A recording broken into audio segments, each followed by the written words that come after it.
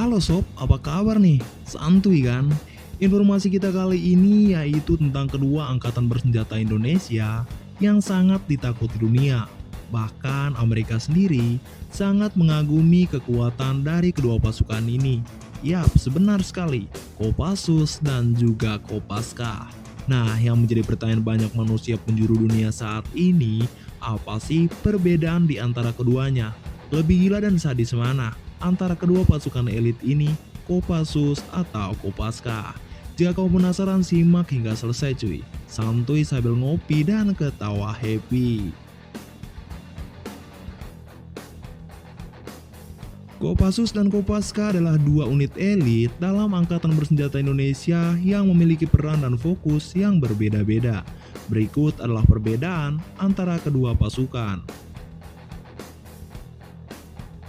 Kopassus adalah unit khusus dari Tentara Nasional Indonesia atau TNI yang fokus pada operasi darat. Anggota Kopassus dilatih untuk beroperasi di berbagai medan, termasuk hutan, pegunungan, dan juga perkotaan.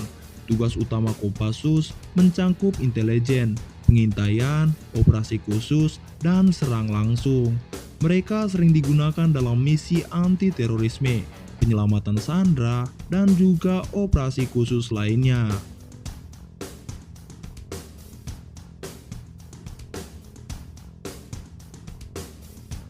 Kopaska adalah unit khusus TNI Angkatan Laut yang fokus pada operasi di dalam air. Anggota Kopaska dilatih untuk melakukan berbagai misi di bawah air, seperti penyelamatan, penjinakan bom di bawah air, dan juga operasi khusus laut. Mereka terlatih dalam menyelam, menggunakan peralatan selam, dan teknik tempur di bawah air. Tugas-tugas mereka mencangkup pemantauan keamanan perairan, pertahanan terhadap serangan kapal selam musuh, dan juga penyelamatan di laut. Dengan demikian, perbedaan utama antara Kopassus dan Kopaska terletak pada fokus mereka dalam operasi dan medan tempur yang berbeda. Kopassus lebih terkait dengan operasi darat, sementara Kopaska lebih fokus pada operasi di dalam air. Meskipun keduanya merupakan unit elit dan militer Indonesia, peran dan keterampilan mereka dibentuk oleh kebutuhan spesifik dari medan tempur yang mereka hadapi.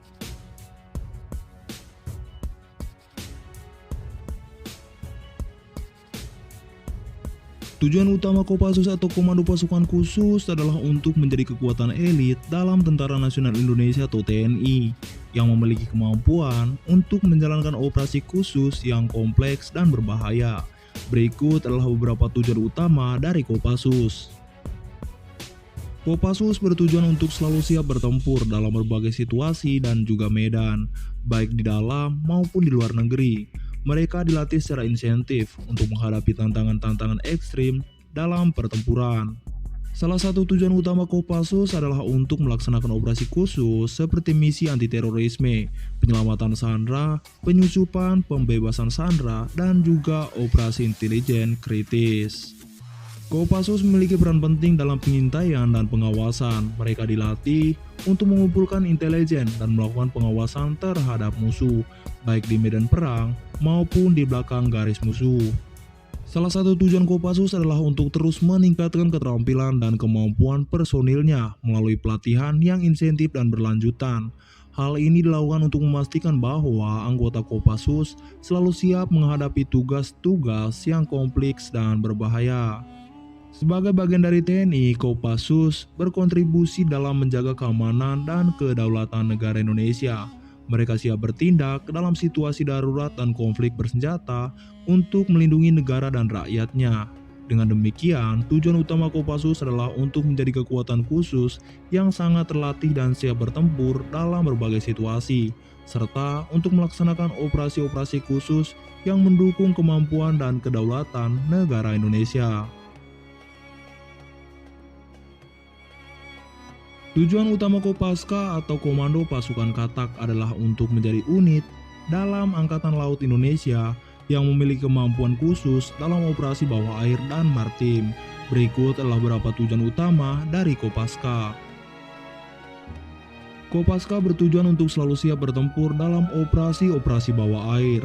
Mereka dilatih secara insentif untuk beroperasi di dalam air, termasuk penyelam di dalam laut, mengendalikan peralatan selam, dan menjalankan operasi khusus di bawah permukaan air. Salah satu tujuan utama Kopaska adalah untuk melaksanakan operasi-operasi khusus di perairan, termasuk penjinakan bom di bawah air, penyelamatan di laut, dan juga pengintaian di wilayah maritim yang strategis.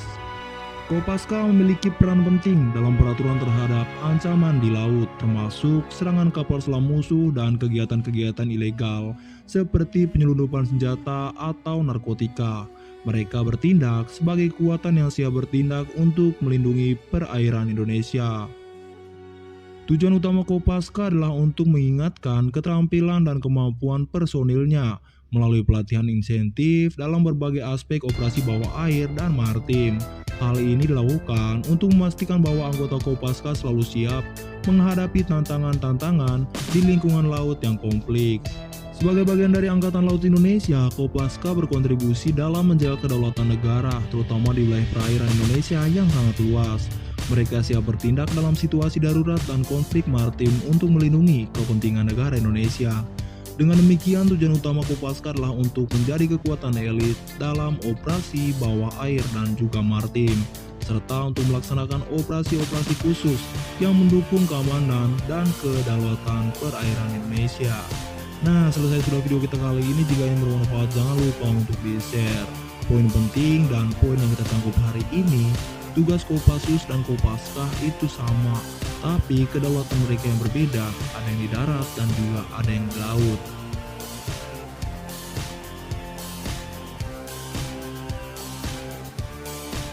Bulan kita di Kopaska, dalam pendidikan pasukan kata, dibina di tempat bersama, ku jadi Kopaska yang jaya, walau beda suku dan agama, dalam satu semboyan Kopaska, Anhana Wigna dan Sinta.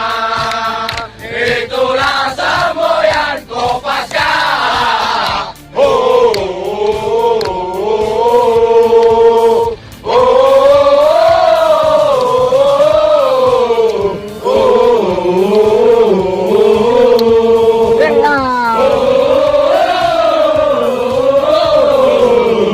Tunjukkan ekspresimu.